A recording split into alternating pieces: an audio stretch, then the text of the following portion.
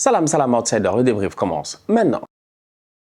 Le Paris Saint-Germain et l'OM ont joué aujourd'hui. On va d'abord commencer par le PSG qui a gagné 3-1 face à Montpellier. Parce que le problème, il est simple, c'est que le match face au Bayern, il approche. Le match face au Bayern, il approche. Le Bayern, depuis le retour, parce que eux, ils ont eu 35 000 ans de vacances, les Allemands. Ils sont tranquilles, posés. Ils se sont pas fatigués. Ils ont eu plus de vacances que n'importe qui. Ils viennent de revenir. Ça a été compliqué pour le Bayern rapidement. Cependant, aujourd'hui, ils se sont fait du bien. Ils se sont fait du bien. Même João Cancelo a réussi à claquer sa passe décisive. Choupo-Moting, j'en parle pas.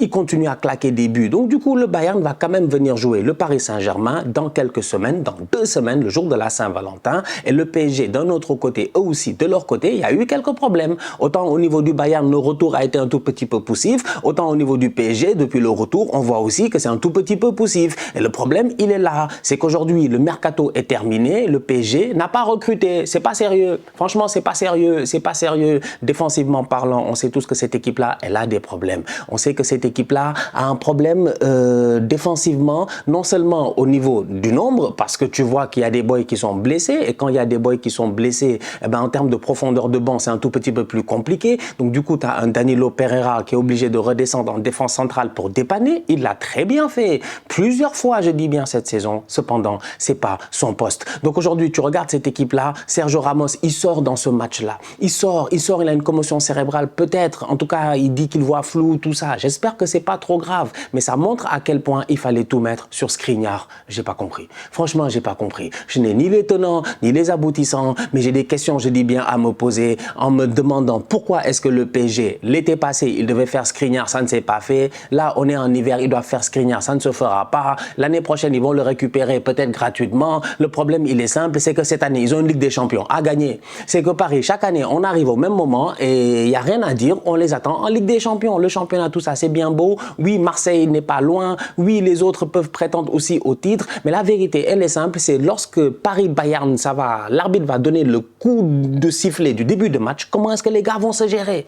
C'est ça la vraie question aujourd'hui. Et au niveau du PSG, il y a de quoi s'inquiéter. Franchement, Mbappé est sorti sur blessure. Tu te poses des questions. Pourquoi Ziyech n'a pas signé? Bon, ça, c'est pas forcément de leur faute, c'est parce qu'à Chelsea, là-bas aussi, ils sont pas sérieux. Franchement, mais là, on en parlera dans une autre vidéo. Parce qu'à Chelsea, franchement, il va falloir leur remonter les bretelles. Mais c'est dommage. C'est vraiment dommage. Ziyech, peut-être qu'il fallait le faire plus tôt. Peut-être, parce que moi, il y a des choses que je comprends pas. À chaque fois, le mercato, deadline day, 31, que ce soit août ou janvier, on nous fatigue. On nous fatigue. Ouais, 23 h machin, on attend le fax. Est-ce que De Gea va quitter Manchester pour aller au Real Madrid? Non, le fax n'est pas parti, tout ça. Vous n'êtes pas sérieux. Franchement, vous n'êtes pas sérieux. Personne n'est sérieux ici. Parce qu'à un moment donné, sincèrement, moi, je me rappelle quand j'étais à l'école qu'on me donnait un devoir et qu'on me disait à l'université que j'avais 2 semaines, 3 semaines ou que je devais le rendre en fin de session. Eh ben, je commençais le devoir pas le dernier jour, pas la veille, franchement. Mais pourquoi tout le monde commence son mercato le 30? Pour venir après stresser à 23 h en disant « Ouais, non, on n'a pas reçu le fax, les papiers, machin, ils n'ont pas signé. » Mais si tu veux des Ziyech, tu vas le chercher au début du mercato. En fait, tu t'attends pas. Tu t'attends pas. Tu es pas là à te dire, ouais, non, je veux Cherki. Pour aller où? Moi, quand ils ont dit, je veux Cherki, j'ai failli devenir fou. C'est que des fois, je fais pas cette vidéo sur Paris. C'est que Paris, c'est une télé-réalité de temps en temps. Vous voulez Cherki pour aller où? C'est Cherki, vous allez mettre face au Bayern. Vous êtes sérieux, vous? Non, les gars, de temps en temps, je pensais que c'était des blagues. Je vous jure, voilà, avec tout le respect que j'ai pour vous, je pensais que c'était une blague. Je vous dis... Cherki, même là, Cherki, sa leçon à Lyon, il l'a même pas encore maîtrisé. Sa leçon, je dis bien, à Lyon, il l'a même pas encore maîtrisé. Vous voulez l'amener au doctorat là-bas dans les matchs compliqués, les matchs où, je dis bien, si tu es éliminé, tu vas être déprimé parce que tu as plein de supporters, les gars vont pas comprendre. Mais vous vouliez tuer Cherki pour aller faire quoi à Paris? Donc moi, je comprends pas aujourd'hui pourquoi le mercato commence 10 jours, 24 heures avant le deadline. Donc le PSG gagne aujourd'hui, il n'y a pas de problème. Mais Mbappé sort sur blessure et tu espères que ce n'est pas trop grave. Il marche donc, tu te dis, ça devrait aller normalement. Ramos, il a un problème de commotion cérébrale et tout. Tu vois que lui aussi, aujourd'hui, tout peut arriver dans la vie. Tu peux perdre un joueur et voilà. Et voilà. Et je dis à chaque fois, franchement, gouverner, c'est prévoir. Mais comment tu peux être à la tête d'un grand club comme ça? Tu as les moyens que tu as et tu prévois jamais. C'est difficile. Mais la vérité, c'est qu'on attend le match. J'ai même pas envie. C'est même pas un match en fait finalement. C'est un jugement. En fait, chaque round du Paris Saint-Germain en Ligue des Champions est devenu presque un jugement en fait. Tu attends le match pour les juger. Comment vont-ils s'en sortir face au Bayern? Quand tu vois qu'aujourd'hui, tu vois déjà qu'en termes de football, c'est compliqué. La dernière fois, on le voit, les attaquants ne font pas de repli défensif, tout le monde se plaint. Mais que voulez-vous? Mais depuis le début de la saison, on en parle. En fait, c'est la dernière fois, ils jouent leur match. Le boy Balogun, top performance de sa part en passant. Shout out à Thierry Henry. Je pense que lui, il a compris ce que Thierry Henry lui a dit. Sometimes in football, il faut mettre des buts. Et le boy Balogun, il est en prêt de Arsenal à Reims. Excusez-moi pour la parenthèse, je suis complètement sorti du sujet. Le boy Balogun, il est là-bas, il est meilleur buteur du championnat. Il a 14 buts, il est trop fort, il n'a aucun problème. La dernière fois, il a marqué face au PSG. Reims avec leur coach là qui joue à Football Manager. Tu sais que c'est une équipe de bandits, franchement, un frérot. Reims, c'est un outsider qui est coach là-bas. C'est un outsider, il est coach là-bas. Paris joue face à Reims et on voit la cassure sur le terrain. On voit que Neymar fait des efforts. Moi, j'ai vu Neymar. Je n'ai pas débriefé le match, mais j'ai vu Neymar ressortir, j'ai vu Neymar faire des têtes, j'ai vu Neymar se battre un tout petit peu. Mais il y en a deux autres devant. Ils ne se battent pas. Ils n'en ont rien à faire, franchement. Ils ne défendent pas. Donc aujourd'hui, tu as une cassure dans cette équipe-là. Et bizarrement, paradoxalement, aujourd'hui, Mbappé n'est pas là, Neymar n'est pas là, Messi est tout seul, Vitinha, machin, comment il s'appelle, Fabian Ruiz, tout ça, tout le monde est à l'aise. Tout le monde est à l'aise. Bizarrement, ça a quand même pas mal joué, même si défensivement, si tu regardes, il y avait beaucoup de stress pour rien, de temps en temps. En fait, le PSG, c'est compliqué. Hâte de voir, on ne sait jamais avec cette équipe-là. Ils sont capables du meilleur comme du pire, mais ils nous promettent que le 14 février, ils vont mettre leur smoking, ils vont sortir les fleurs, ils vont venir à la Saint-Valentin pour nous donner une date night, mais de top niveau. C'est ça qu'ils nous promettent. On va attendre pour voir. Mais pour le moment, j'ai envie de dire que tous les voyants ne sont pas ouverts. Il y a de quoi s'inquiéter, il y a de quoi stresser. En termes de football, on ne sait pas vraiment ce que cette équipe est capable de faire, même jusqu'à présent. L'intégration de certains joueurs, bon là c'est bien, peut-être qu'il y a des blessés, ça va permettre à certains boys sur le banc de prendre du temps de jeu. C'est bien que Zahir Emery, il claque son but, c'est bien que Etikité, il vienne faire sa passe décisive et tout en sautant dans la surface de réparation. Tout ça c'est très important, c'est bien, c'est un collectif. En fait, à un moment donné, une équipe, c'est un collectif. Si tu n'es pas capable d'avoir une osmose en collectif, tu ne vas pas gagner. Rendez-vous le 14 février. D'ici là, il y a d'autres matchs à suivre. Kylian Mbappé aurait dû marquer avant de sortir, c'est dommage, il a deux occasions. La première fois, le penalty est bien arrêté par le gardien. Il a frappé, comme quand il a frappé face à l'Argentine, le gardien est parti, il l'a arrêté. La deuxième fois, parce que le gardien était sorti de sa ligne apparemment, la deuxième fois, il refrappe, le gardien replonge du bon côté, il l'arrête, il y a le poteau, il y a un tap-in, il doit marquer. Il y a un tap-in, il doit marquer. Il n'est pas assez concentré, je ne sais pas ce qui se passe dans sa tête. Mbappé ne se gère pas. Mbappé, c'est un grand joueur. Il y a des trucs qu'il ne doit pas faire. Il y a des erreurs comme ça, il ne doit pas faire. Parce que quand il les fait, immédiatement, il y a des gars, ils vont commencer à le questionner, tout ça, etc. C'est pas sérieux. Il devait marquer normalement. Ok, le penalty est arrêté. Le gardien a très bien plongé. Bravo à lui, il n'y a aucun problème. Mais le tap-in, il doit le marquer. Il doit être assez concentré pour le faire. D'un autre côté, Léo Messi, il se gère. Il vient, il claque son but. Dans un match où tu regardes Messi et tu te dis, Messi, lui aussi, de temps en temps, c'est un fainéant. C'est un fainéant, franchement. Il peut être le GOAT, il peut être le plus grand. Mais quand c'est un fainéant aussi, il faut le dire. De temps en temps, c'est un fainéant. Il est là sur le terrain. En fait, lui, il sait qu'il est fort. Il sait qu'il est fort, donc il ne force pas. Il force pas. Franchement, il ne force pas. Aujourd'hui, il réussit. Super passe de Fabian Ruiz. Franchement, la passe de Fabian Ruiz est magnifique. Le contrôle de Messi devant le gardien, encore une fois. Normalement, 9 personnes sur 10 frappent le ballon sur le gardien, sauf Léo Messi. Il réussit à mettre ça, petit filet, machin, tout ça. Donc, voilà. Messi s'en sort. Comme j'ai dit, rendez-vous le 14 février. Le PSG, ils sont très forts. Ils ont de très, très bons joueurs et tout. Mais à un moment donné, c'est la cohésion qui va faire la différence. Et le Bayern, j'ai l'impression que peut-être avec ce début un tout petit peu compliqué, parce qu'ils ont commencé l'année d'une manière compliquée. Et au-delà de cela, l'Allemagne, ils n'ont rien foutu à la Coupe du Monde. Donc, en fait, en Allemagne, ils doivent se taire et travailler. Et peut-être que battre le Paris Saint-Germain pourrait être, je dis bien, un réveil pour eux ou quelque chose qui va les enjailler. Donc là, dans tous les cas, ça nous promet un match difficile. On va voir. Marseille, de son côté, l'emporte 2-0 face à Nantes. Nantes, c'est pas facile. Déjà, Antoine Comboiré, vous le connaissez déjà. L'histoire avec le PSG, Carlo Ancelotti, Miskin. Il était premier en décembre. Il s'est fait virer. Mais bref, Nantes, c'est aussi Nantes qui va jouer la Juve bientôt en Europa League, si je ne me trompe pas.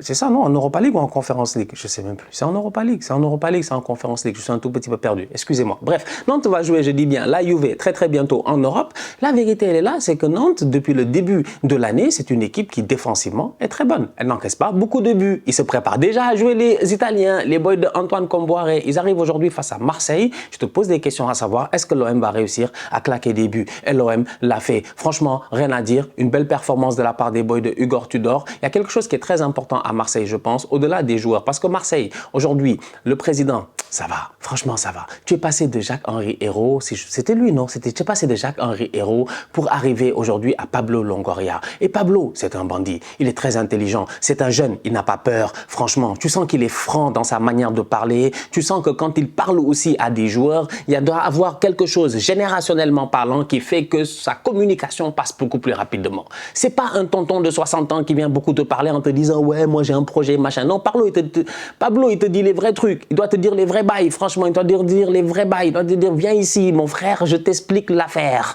Je suis en train de construire une équipe pour essayer d'être au top, machin, tout ça. » Et c'est comme ça qu'il a réussi à avoir Malinovski. Franchement, une belle recrue, un joueur intéressant. On a eu l'occasion de le voir avec l'Atalanta ces dernières années sous Gasperini. Un boy qui est dangereux, grosse frappe de balle. Donc du coup, Malinovski, offensivement parlant, il t'apporte quelque chose. Il recrute un attaquant, Vitinha. Ça aussi, c'était très bien. Alexis Sanchez avait peut-être besoin d'un soutien. Alexis Sanchez va peut-être enfin pouvoir tourner autour d'un numéro 9. Donc ça aussi, ça devient pertinent. Il garde Guendouzi.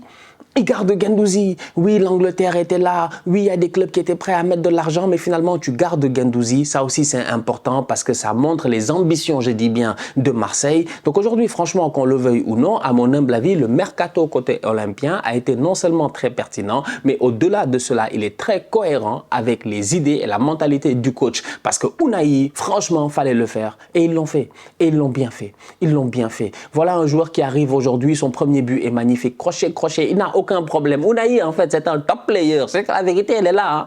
Il ne nous a pas bluffé à la Coupe du Monde par hasard. Je vous l'ai déjà dit, il n'y a hasard que pour les tocards et nous, on n'est pas des tocards. On sait que ce n'était pas un hasard. Le boy, il sait jouer au football. Il sait jouer au football. Il n'a pas boss around face à l'Espagne, machin, tout ça. Portugal. Tu as vu le parcours du Maroc?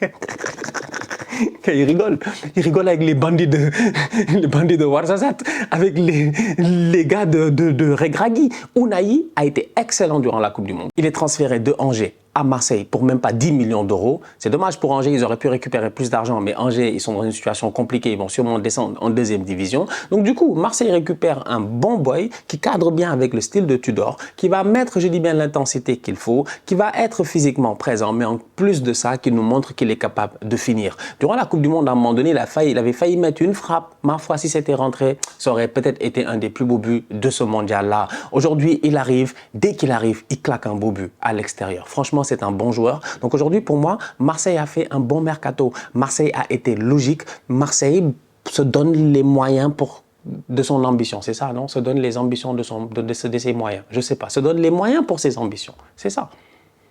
Ils ont envie d'être champions.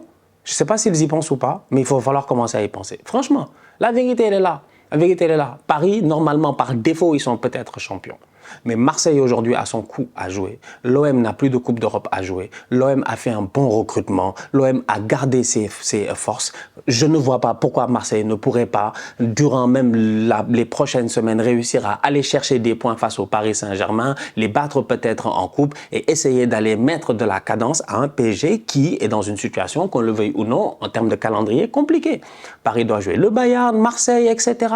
Alors que Marseille n'ont rien à faire. C'est de samedi à dimanche, Il n'y a que ça à faire. Ils ont 4 jours de repos, 4-5 jours de préparation entre leurs matchs.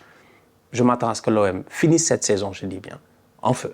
En tout cas, à suivre. Mais avec Tudor en ce moment, ça marche bien. Et comme je dis, avoir un Tudor à Marseille, ça fait du sens. C'est qu'à Marseille, tu ne peux pas avoir un coach qui est mou, quoi. C'est pas possible. Il te faut un bandit, un gars plus fou que les supporters, plus fou que les joueurs, plus fou que les cadres du vestiaire. Mais c'est qu'il y a certains coachs, ils auraient été là, peut-être qu'avec les Dimitri Payet, tout ça, ça ne se passerait pas bien. Mais là, avec Tudor, franchement, tu sens que tout le monde est carré, tout est cadré.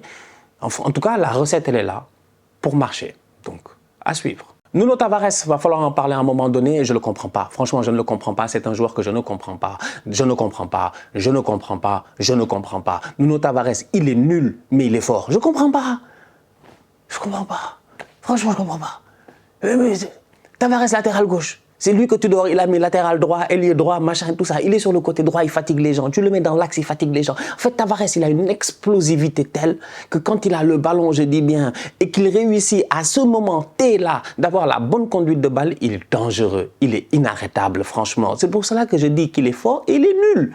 Parce que de temps en temps, il fait des trucs, tu te poses des questions, tu te dis, il est nul. Franchement, je ne sais pas si Arteta va le rappeler. Moi, Nuno Tavares me pose des problèmes, je ne sais pas si Arteta va le rappeler. Je ne sais pas s'il rentre dans le cadre tactique à Arsenal. Est-ce que Tavares peut comprendre l'université du artétisme? C'est-à-dire, parce que là-bas, c'est le high level. Franchement, la Mikel School of Football, c'est le high level. Je veux comprendre parce que il est incroyable, en fait, Tavares. Il met que des beaux buts, que des bangers, c'est des frappes, ça frappe à gauche et à droite. Il est explosif. Je vous l'ai dit ici une fois et je ne retire pas ce que j'ai dit. Tavares, c'est le genre de boys, ils sont devenus joueurs de football parce que quand ils avaient 14 ans, 15 ans, ils sautaient plus vite que tout le monde, ils couraient plus vite que tout le monde. Mais le problème, c'est que jusqu'à présent, ils sautent plus vite que tout le monde et ils courent plus vite que tout le monde. Il est fatigant. Il est fatigant. Un Nuno Tavares dangereux, un Nuno Tavares versatile, un Nuno Tavares un couteau suisse, un Nuno Tavares très utile aujourd'hui dans cette équipe de Marseille-là. Très, très utile. De gauche à droite. Il fait le travail. Franchement, bravo Nuno. Sincèrement, bravo. Comme je dis, je ne sais pas comment l'expliquer. Ce boy-là, pour moi, c'est une équation dans ma tête. Parce que, c'est-à-dire que de temps en temps, il fait des moves, tu te dis non, ça c'est une superstar en devenir. Après, il fait un truc, tu te dis non, ça c'est un super tocard en devenir. Donc tu ne comprends pas. Mais il est au top en ce moment. La famille, on se capte très bientôt pour un nouveau débrief. D'ici là, on continue à liker, on continue à partager. On s'abonne, on s'abonne, on s'abonne. On est ensemble, on reste en santé. C'est le plus important. Tous outsiders.